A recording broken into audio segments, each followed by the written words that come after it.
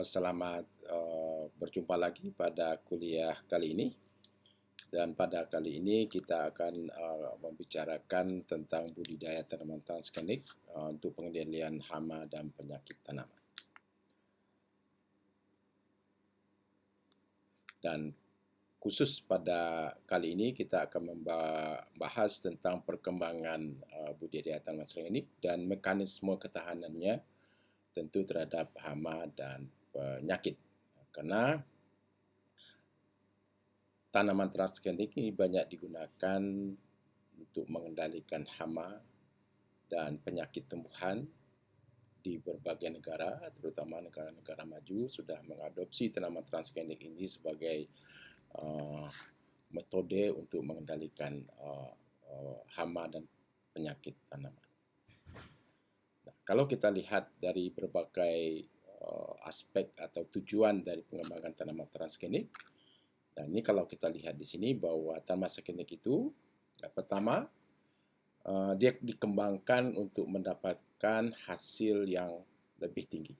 Jadi bagaimana tanaman transgenik ini dibuat untuk menghasilkan hasil tanaman yang lebih tinggi. Kemudian tanaman transgenik ini juga dikembangkan untuk memperoleh hasil yang berkualitas tinggi. Bagaimana kita meningkatkan kandungan vitamin misalnya dalam suatu tanaman yang berguna untuk kesehatan manusia. Kemudian tanaman transgenik juga untuk dipakai atau dibuat untuk meningkatkan pertumbuhan tanaman itu sendiri. Kemudian tanaman transgenik juga dipakai untuk pengembangan produk-produk industri. Banyak jenis-jenis enzim atau hormon yang diperlukan dalam industri makanan terutama banyak dihasilkan oleh tanaman transgenik. Kemudian tanaman transgenik juga dipakai untuk tujuan farmakologi, untuk menghasilkan substrat atau metabolit yang berfungsi untuk kesehatan. Ini ada edible vaksin, ini adalah vaksin yang oral vaksin, ya. Kemudian juga di tanaman juga dikembangkan kemana memproduksi antibodi untuk bahan deteksi suatu patogen, baik patogen pada manusia dan juga patogen pada hewan. Kemudian tanaman transgenik juga banyak dikembangkan untuk mengatasi stres lingkungan, terutama tanaman yang toleran terhadap kekeringan, toleran terhadap kemasaman tanah terutama, dan ini merupakan suatu teknologi juga bagaimana menghasilkan varietas atau tanaman transgenik yang bisa tahan terhadap lingkungan yang ekstrim. Kemudian dalam bidang hama dan penyakit tanaman, ya, kita juga banyak menggunakan tanaman transgenik itu untuk mengendalikan hama, terutama hama serangga. Ya. Kita kenal dengan varietas kapas betotoksin, jagung juga demikian untuk mengatasi penggerek buah pada kapas dan juga jagung. Kemudian bidang penyakit, ya, kita juga mendapatkan menggunakan tanaman transgenik itu, terutama yang banyak diproduksi adalah tanaman transgenik tahan virus. Ya. Kenapa jamur dan bakteri belum banyak dihasilkan? Karena virus ini adalah satu patogen yang sangat sulit dikendalikan karena dia tidak respon terhadap penularan kimia. Oleh sebab itu, bagaimana membuat tanaman tahan terhadap virus ini adalah salah satu cara. Kemudian dalam bidang perlindungan tanaman juga kita juga tanaman transgenik juga digunakan untuk menghasilkan tanaman transgenik yang toleran terhadap herbisida. Ini untuk meningkatkan efisiensi budidaya tanaman, terutama yang banyak digunakan adalah kedelai tahan glifosat. Nah, kalau kita lihat perkembangan budidaya tanaman transgenik di dunia, sejak awal diperkenalkan di dunia itu awal tahun 1996. Nah, ini kita lihat kalau pada tahun 1996 ya, negara yang sudah menanam tanaman transgenik itu adalah Amerika Serikat atau USA, China, Argentina, Kanada, Australia, dan Meksiko. Sementara negara lain masih berdebat tentang aman atau tidak dan sebagainya, sehingga banyak negara yang tidak mengambil bagian dalam budidaya tanaman transgenik. Dan pada tahun 2018, lebih dari 17 juta petani ya, yang akan menanam tanaman transgenik, dan merupakan perkembangan yang luar biasa. Kemudian pada tahun 2018, 191,7 juta hektar. Jadi bisa berlipat-lipat ya, dari awal sudah 113 kali luasnya. Pada awal tahun 19 itu adalah 1,7 juta hektar. Dan pada tahun 2018 ini ada 26 negara yang menanam tanaman transgenik. Ini termasuk Indonesia. Pada 2018 termasuk Indonesia sudah mulai mengadopsi tanaman transgenik untuk budidaya tanaman. Dan ada 44 negara impor hasil tanaman transgenik, termasuk Indonesia mengimpor kedelai transgenik dari Amerika Serikat, dari Brazil dan Argentina. Dan itu saya kira perkembangannya di sini, dan kelihatan bahwa hampir semua negara maju sudah menanam tanaman transgenik. Nah, negara berkembang terbelah-belah ya, termasuk Indonesia sudah 2018 sudah mengadopsi atau sudah mulai menanam tanaman transgenik. Nah, kalau kita lihat perkembangan tanaman transgenik, ya ini ada 10 negara besar yang negara maju yang menanam tanaman transgenik. Nah, ini kalau kita lihat di sini bahwa Amerika Serikat itu menanam sekitar 75 juta hektar. Jadi kalau kita bayangkan dengan tanaman padi di Indonesia yang hanya 35 juta hektar, artinya 2 kali luas tanaman padi yang kita tanam dari Sabang sampai Merauke. Nah, itu saya kira luasnya luar biasa luasnya. Jadi ada Amerika, kemudian ada Argentina, Kanada, Cina, dan sebagainya.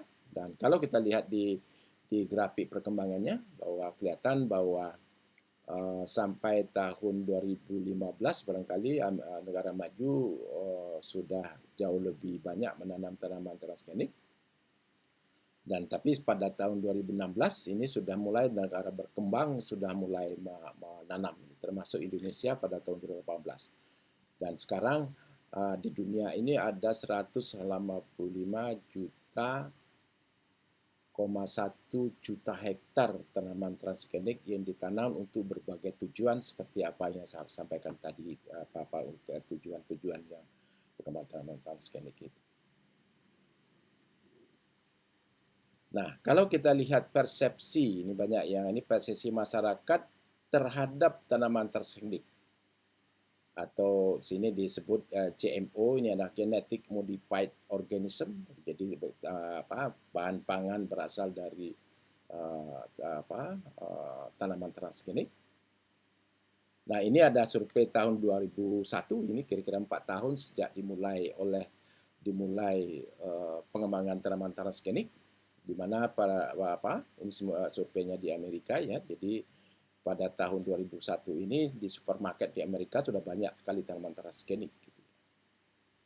Nah, kalau ditanya masyarakat pada awalnya bahwa yang merah ini tidak aman ya, sedangkan yang kuning ini tidak yakin mereka aman atau tidak, karena 29 ini yang hijau ini aman. Dan pada tahun itu bahwa 29% menganggap aman, kemudian 25% menganggap tidak aman. Kemudian setelah mereka melihat kenyataan banyak produk GMO di pasar, maka dia berubah bahwa 48% masyarakat menganggap JM itu aman, 21% menganggap itu berbahaya. Nah, ini salah satu survei pada awal pengamatan transgenik.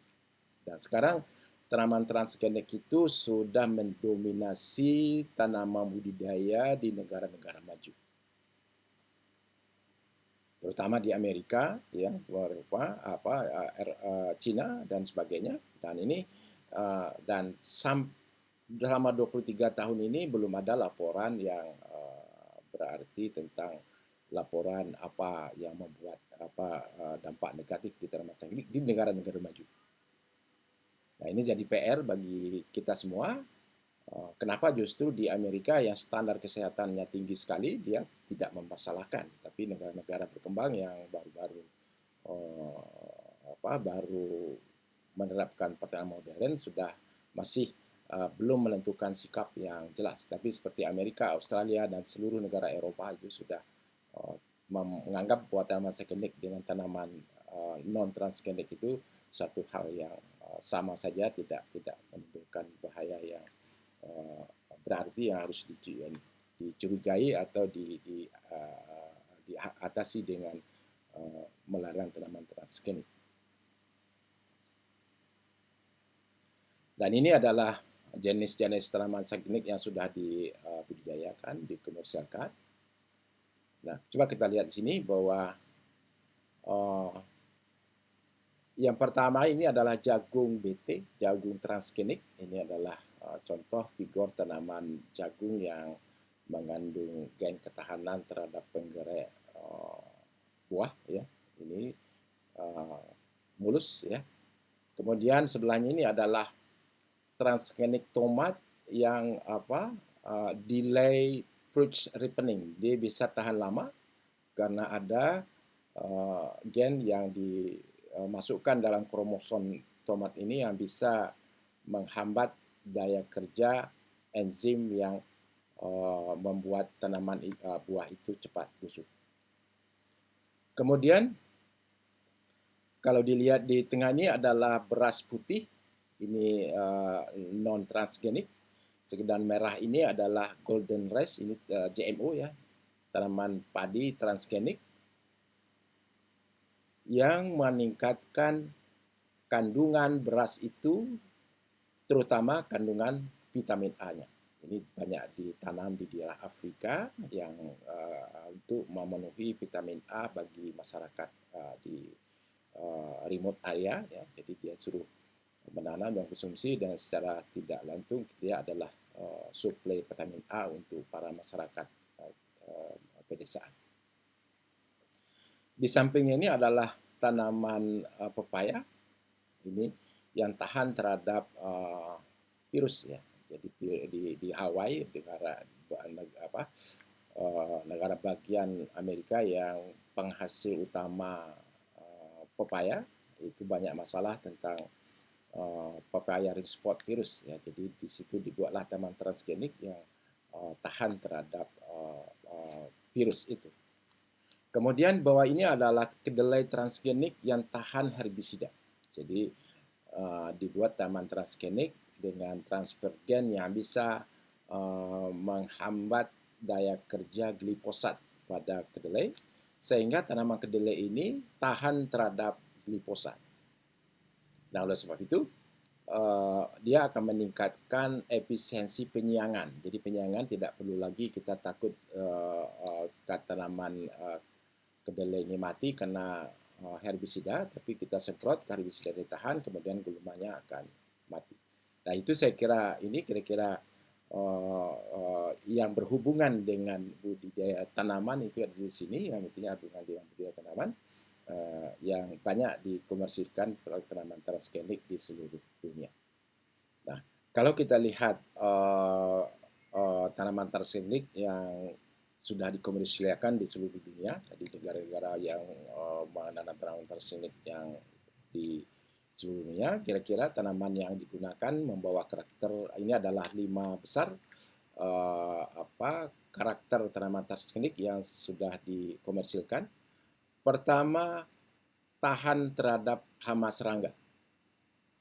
Kedua, tomat tadi yang bisa tahan lama, bisa delayed fruit ripening, jadi terjadi penundaan atau tahan lama tidak busuk ya. Kemudian ada nutritional enhancing, jadi ini adalah bagaimana kita membuat tadi padi transgenik yang menghasilkan tanaman vitamin A. Ya. Kemudian herbicida resisten.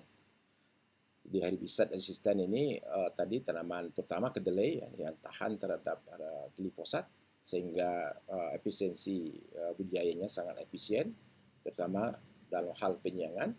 Kemudian virus resisten. Dan dari kelima ini kita akan lihat insect resisten dan virus resisten untuk yang erat kaitannya dengan proteksi tanaman. Nah, kalau kita lihat mulai dengan mekanisme kerja Bt toksin. Ini Bt toksin ini adalah toksin yang dihasilkan oleh Bacillus thuringiensis. Di Bacillus thuringiensis ini adalah suatu bakteri yang bisa memarasit serangga, terutama Lepidoptera dan Coleoptera, yang bisa menggunakan toksin untuk mematikan serangga itu. Kalau kita lihat mekanisme kerjanya, jadi serangga itu memakan bakteri. Ini adalah protein kristal. Jadi protein kristal ini nama lain dari Bt-toksin ya. Kemudian masuk ke saluran pencernaannya. Kemudian protein kristal itu terlarut ya.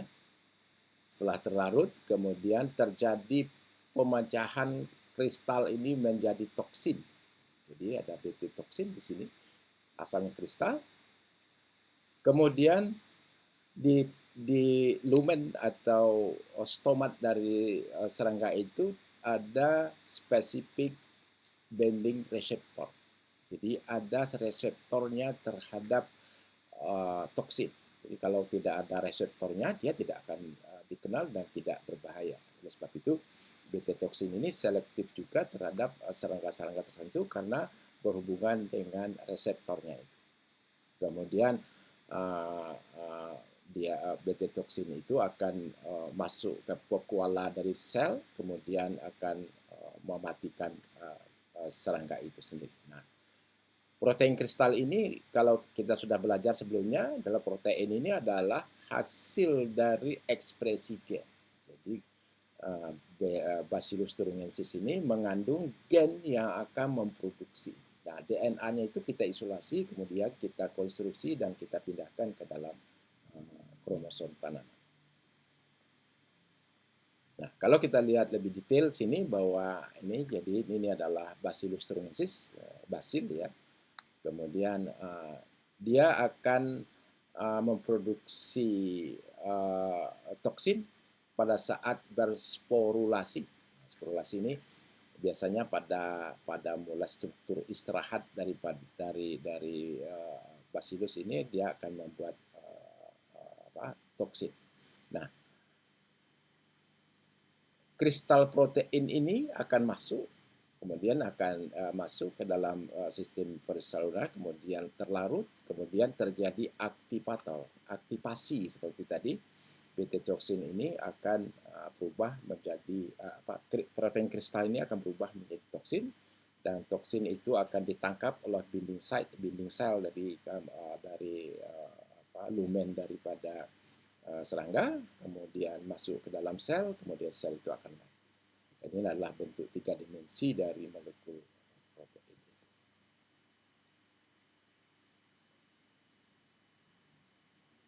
Nah, ini saya kira sama tadi, ya, jadi sama seperti tadi persis yang ini. Kemudian, nah, tanaman dan jenis gen kray yang digunakan dalam tanaman transgenik. Nah, ini adalah jenis-jenis tanaman transgenik yang sudah dihasilkan. Jadi ada brinjal, kapas, jagung, kentang, dan juga pada padi, ada tebu, tembakau, dan tomato. Ini adalah jenis-jenis hama sasarannya yang sudah dipakai dalam tanaman transgenik.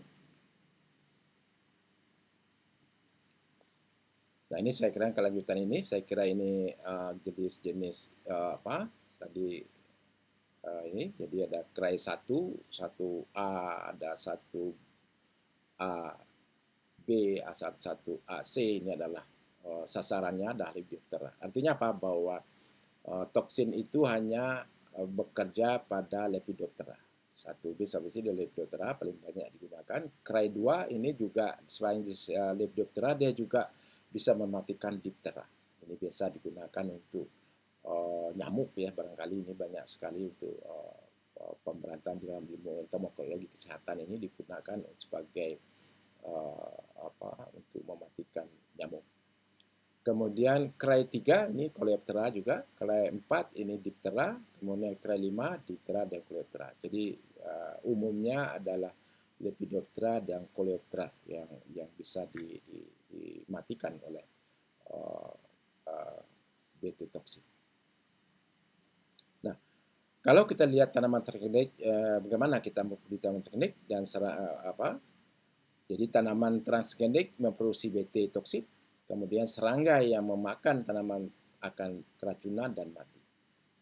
Nah, kalau kita lihat di sini, jadi ini dilihat bahwa ini adalah gen krai, ini dalam kita ambil dari ini di mana kita mengisolasi barangkali. Ini adalah gen krai dalam kromosom bakteri, kemudian kita ambil, kemudian kita konstruksi. Dan ini kalau ada promotor terminator, ini pasti kita mencari promotor dan terminator yang dikenal oleh tanaman. Dan itu biasanya promotor 35S itu dalam plasmid vektor ya. Vektor ini kalau dia dikotil biasanya pakai TI plasmid. Kalau dia tidak dikotil pada plasmid biasa, tapi yang sudah ada promotor dan terminator tempat kita menyisipkan gen krai tadi. Kemudian itu kita introduksi kepada dalam gen jagung, ini dan contohnya jagung, dan kemudian jagung akan secara genetik dia akan memproduksi BT toksin itu. Jadi ini contohnya. Jadi ini nama lain dari BT toksin, ada juga yang menyebut endotoksin. Itu sama saja BT toksin, protein krai, dan itu pada umumnya ya BT toksin itu. Dan ini tanaman ini contoh di gambar sebelahnya bahwa ini tanaman jagung yang kita insersi. Jadi impact jagung yang sudah mengandung gen krai, kemudian dia akan memproduksi protein krai. Nah, kemudian ini adalah animasi bahwa ulat atau serangga hama apabila dia memakan tanaman jagung ini, dia akan mati karena tanaman jagung ini memproduksi BT toksin. Jadi BT toksin pada tanaman transgenik itu bukan berasal dari Bacillus thuringiensis, tapi secara genetik dia sudah menjadi produksi gen dari kromosom tanaman transgenik. Dan ini bawah nih kelihatan ini adalah contoh, ini gambarnya tidak berwarna ya. Jadi ada tanaman BT gen, jadi dia transgenik BT, kemudian yang tidak itu dia akan hancur yang oleh European corn borer, jadi penggerek batang dan bawah dari jagung. Nah, ini tanaman transgenik yang komersial ya. Jadi ini tadi sudah ada gambarnya, tapi kita ulang bahwa gen BT itu banyak digunakan untuk tanaman transgenik kapas untuk menghasilkan buah yang bersih, tidak digerek ya. Kemudian jagung BT, jagung yang tidak tahan terhadap penggerek.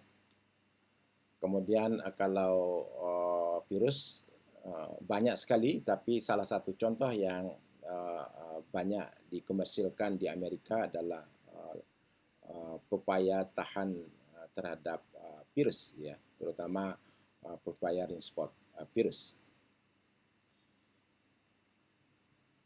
Nah, kalau tadi kita bicara masalah ketahanan tanaman terhadap serangga, khususnya serangga dari golongan Lepidoptera dengan Coleoptera.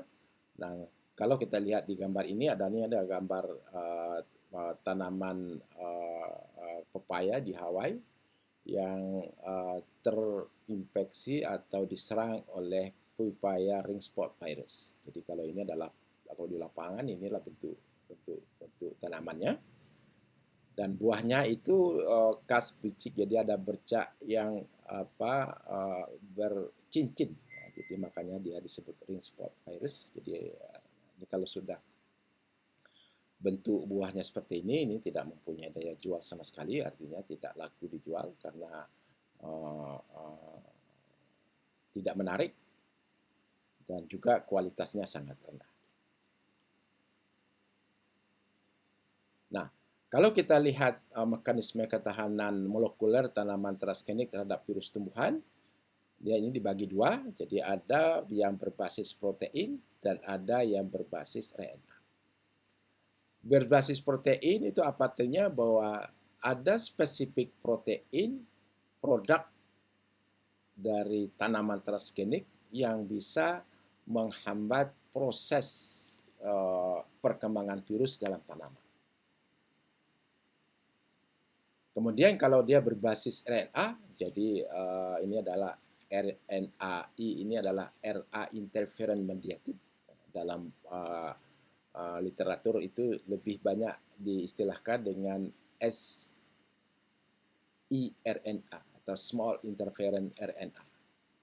Dan ini juga sekuens spesifik yang dapat mendegradasi virus RNA virus. Dan itu adalah model itu.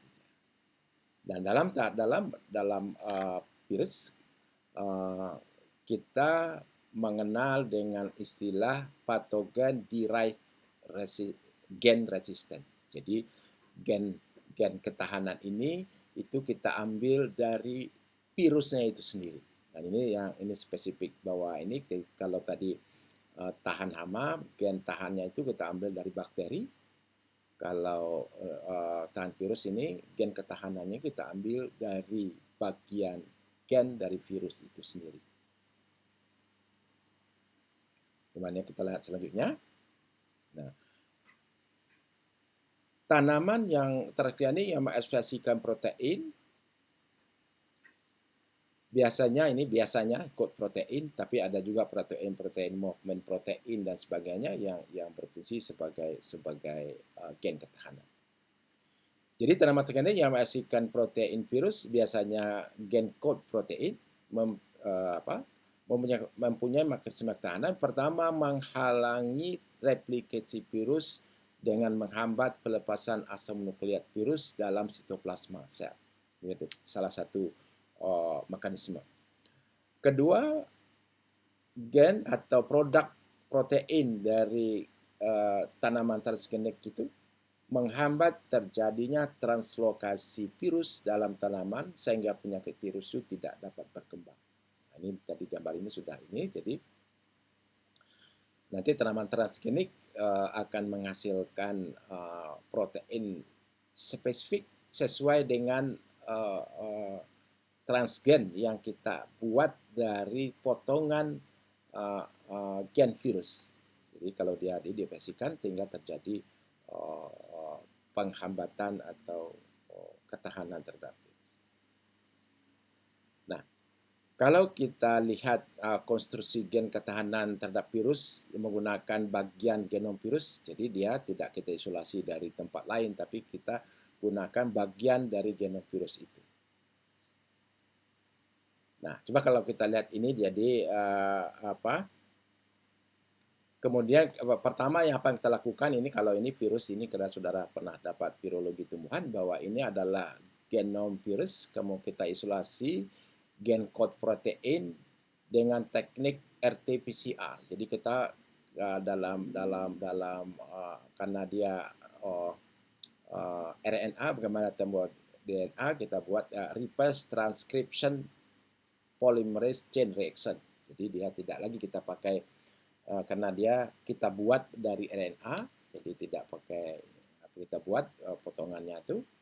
Dan biasanya gen code protein. Jadi ini adalah di kanan ini adalah contoh hasil RT-PCR memperbanyak gen code protein yang akan kita gunakan sebagai gen. Kemudian kita elektroforesis, kemudian lalu kita cloning. Setelah kita cloning, kita konstruksi gennya. Apa arti konstruksi? Kita buat gen yang bisa diekspresikan dalam tanaman. Bagaimana caranya?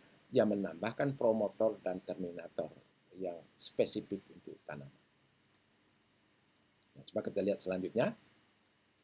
Ini adalah cara konstruksi gen ketahanan terhadap virus. Jadi kalau dilihat di sini bahwa ini tadi hasil elektroforesis. Ini ada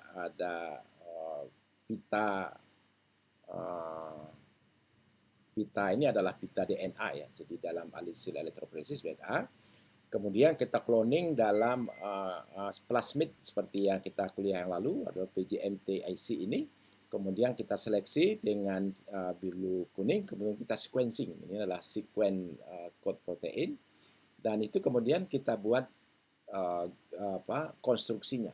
Jadi konstruksinya tentu gen marker ini kita dari antibiotik biasa, ini biasanya kanamisin resisten. Kemudian promotor ini 35S biasanya yang dikenal tanaman, terminator. Dan gen core protein itu kita masukkan di transgen ini. Jadi kotak ini nih ini sebenarnya DNA ya. Jadi kotak-kotak ini DNA. Jadi untuk memudahkan bikin kotak-kotak saja ya. Dan kemudian ini kita masukkan dalam plasmid plasmid yang kita akan transfer kepada dalam tanaman melalui bisa secara agrobakterium kalau dikotil. Kalau dia monokotil kita bisa dengan menggunakan GenCan ya. Jadi ada sistem tembak langsung yang biolistik yang ini. Nah, coba kalau lihat mekanisme molekuler ketahanan tanaman transgen terhadap virus ya. Jadi lihat sini. Kita mulai tanaman yang tidak non transgenik. Jadi kalau virus masuk, kemudian dia akan pertama dia akan melepaskan disassembly. Ini adalah melepaskan code protein dan RNA-nya. Kemudian RNA-nya akan mengendalikan sel dalam sintesis virusnya. Ini cek terus ke sini. Jadi ada dalam reaksi virus sudah kita kuliahkan bagaimana mekanisme virus memperbanyak diri dalam sel. Nah, kalau tanaman transgenik, pertama yang melalui code protein, jadi protein struktural protein, maka virus yang masuk ke sitoplasma ini tidak bisa melepaskan code protein dari RNA. Akhirnya dia akan hilang dalam sitoplasma itu. Kemudian yang bukan struktural protein juga sama. Jadi dia tidak bisa melepas antara code protein dengan asam nukleat ini tidak bisa lepas. Karena kita tahu bahwa asam nukleat itu adalah yang menentukan patogenisitas virus. Kalau asam nukleat ini tidak bisa terekspos dalam sitoplasma, maka virus itu tidak patogenik lagi, sehingga tanaman akan tahan terhadap itu. Nah, ini saya kira mekanisme yang pada level ketahanan yang dikendalikan oleh protein struktural maupun non-struktural protein. Nah, ini kalau kita lihat di sini, ini adalah ada publikasi ya, development of genetically engineered resistant papaya spot virus in timely manner. Jadi ini adalah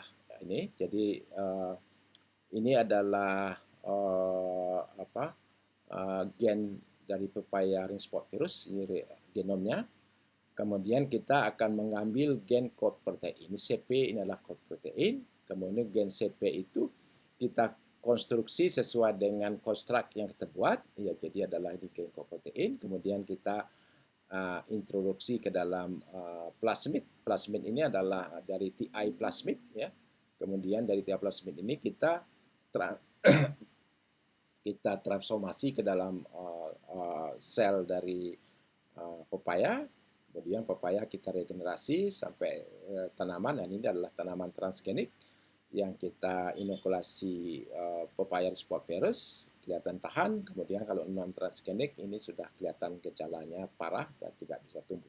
Nah, itu dengan mekanisme ketahanan seperti apa yang kita jelaskan tadi. Nah, kalau kita lanjutkan dengan ketahanan tanaman transgenik terhadap virus melalui degradasi RNA, jadi sudah kita singgung sedikit. Nah, ini adalah mekanisme ketahanan tanaman transgenik. Jadi, ketahanan tanaman transgenik melalui RNA, transgen, gen yang kita peroleh itu kita buat kembali dari virus, ya. Transgen menginduksi tanaman membentuk endonuklease dalam bentuk molekul kompleks yang disebut RISC. Jadi RA induced silencing complex, ini bukan inducing tapi induce, ya.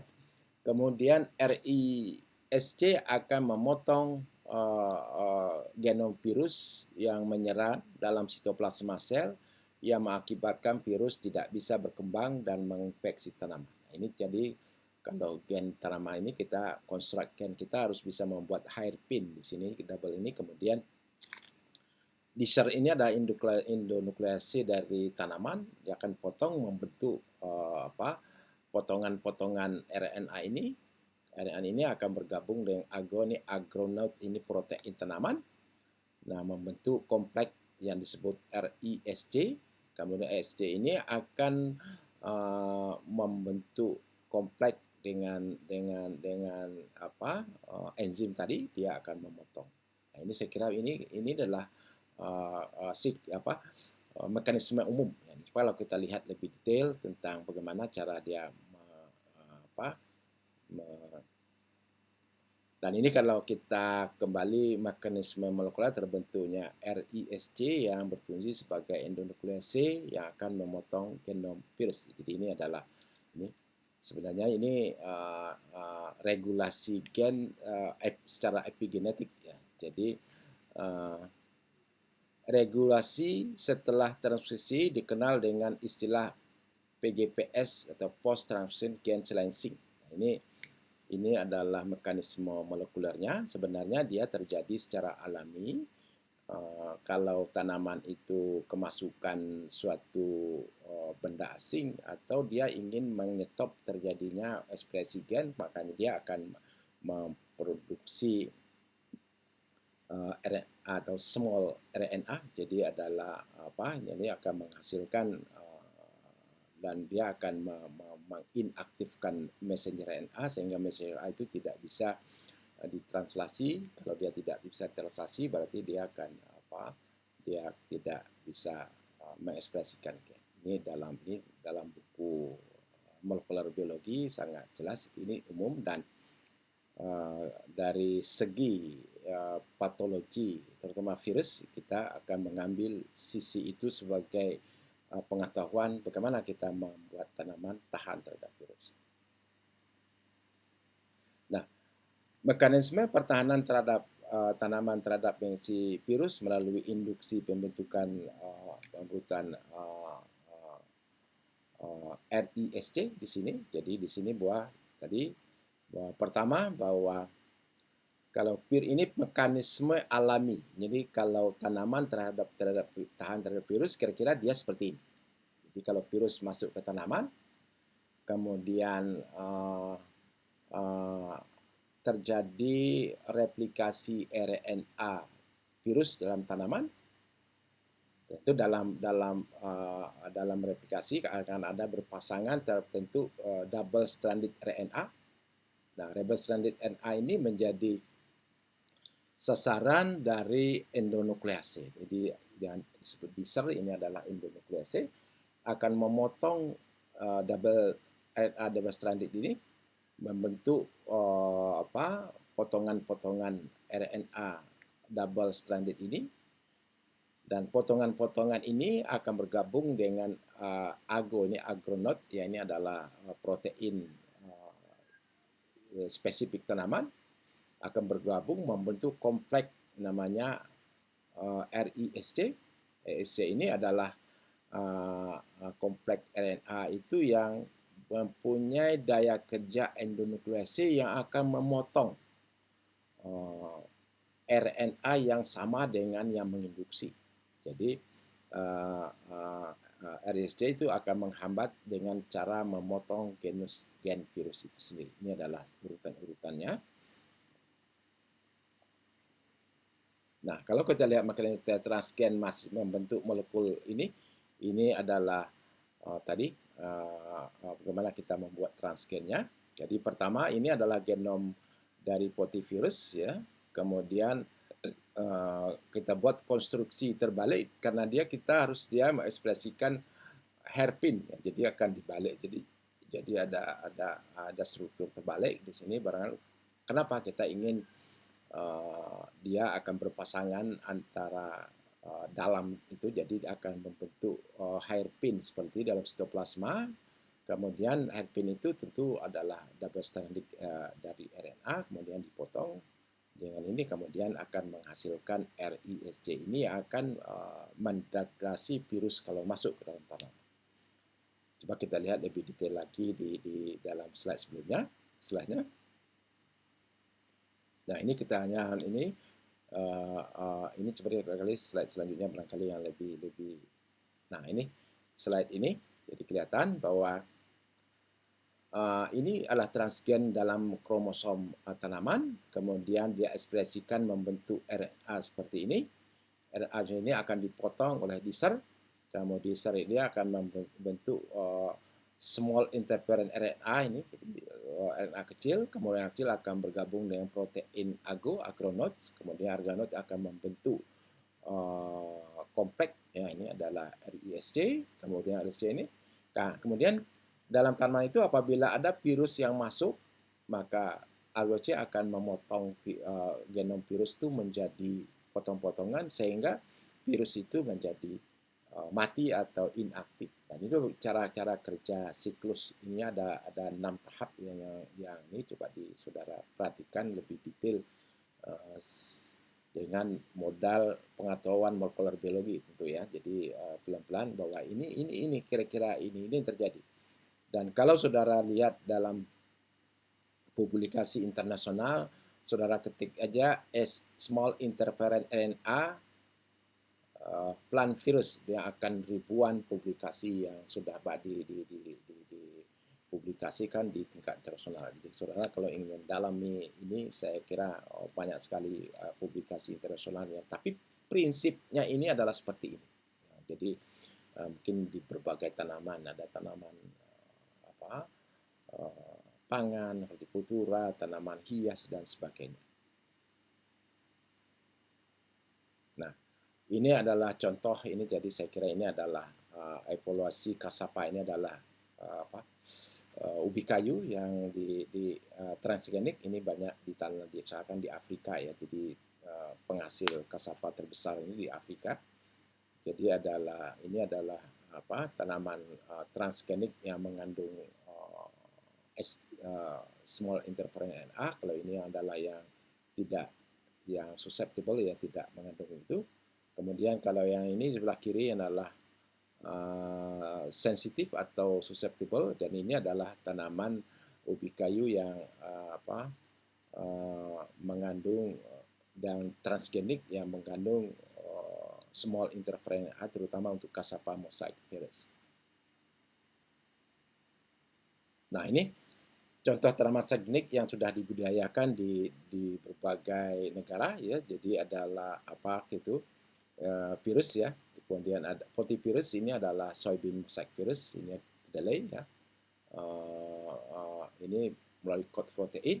Kemudian tobacco age virus, ya, ini juga RNA small interferon. Ini adalah jenis-jenis gen yang ekspresikan.